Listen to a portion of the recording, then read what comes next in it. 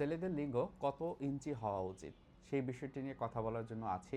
আমি clinical and counselling psychologist ও sex therapist Raju Akkun. অবশ্যই প্রথম থেকে শেষ পর্যন্ত দেখবেন এবং যৌন স্বাস্থ্য এবং মানসিক স্বাস্থ্যের একটা সঠিক পন্থা, সঠিক ইনফরমেশন পেতে হলে আমাদের এই যে ইউটিউব চ্যানেলটি সাবস্ক্রাইব করে রাখবেন।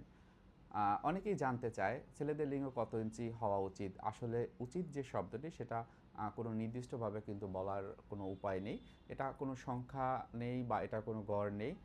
এবং সেটা কেন নেই সেটাও কিন্তু আপনাদের জানা খুবই ইম্পর্টেন্ট। অনেক সময় দেশ জুড়ে গবেষণায় কিন্তু দেখা গিয়েছে উত্তেজিত বা আমরা বলি ইরেকটাইল অবস্থায় গড় যে একটা লম্বা সেটা প্রায় ৫ থেকে ৬ ইঞ্চি থাকে। স্বাভাবিকভাবে ফ্ল্যাক্সিড অবস্থায় থাকে এটি ৩ থেকে ৪ ইঞ্চি। এটি একটি স্বাভাবিক রেঞ্জ যেটাকে বলা হয়। তবে সবথেকে গুরুত্বপূর্ণ যে বিষয়টি, যৌন সন্তুষ্টির সাথে লিঙ্গের আকারের সম্পর্ক খুবই কম। সম্পর্ক হচ্ছে আবেগ এবং যোগাযোগের যে মাধ্যম বা নিজেদের ভিতরে সম্পর্কের যে জায়গাটা সেটা খুবই গুরুত্বপূর্ণ। অনেক সময় বিভিন্ন রকমের মিথ বা ভুল বোঝাবুঝি থাকে, মূল ধারণা থাকে, যেমন ৭ থেকে ৮ ইঞ্চি না হলে এটি সমস্যা। একদমই একটা ভুল ধারণা। পর্ন দেখে নিজের সাথে তুলনা করা কখনোই উচিত না।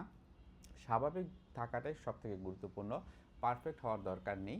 অনেক সময় এই পারফেক্ট যারা হতে চায় তাদের দেখা যায় অন্য বিষয়গুলো নিয়ে তাদের অতিরিক্ত পরিমাণে দুশ্চিন্তা থাকে। হয়তোবা তার প্রতিদিনের কাজগুলো, প্রতিদিনের জীবন যেভাবে চলে, সে অন্যের সাথে সম্পর্ক রক্ষার ক্ষেত্রে হয়তোবা তার ভিতরে একটা পারফেকশনিজম কাজ করে এবং সেই জিনিসটি নিয়ে ছেলেদের ক্ষেত্রে যেমন লিঙ্গের সাইজ নিয়ে একটা পারফেকশনিজম কাজ করে, ঠিক মেয়েদের ক্ষেত্রেও কিন্তু অনেক সময় বডিলি সে কী রকম আছে, অন্যরা কি সন্তুষ্ট কি না বা অন্যরা কীভাবে দেখছে সেই বিষয়গুলো নিয়েও কিন্তু তারা চিন্তা করে।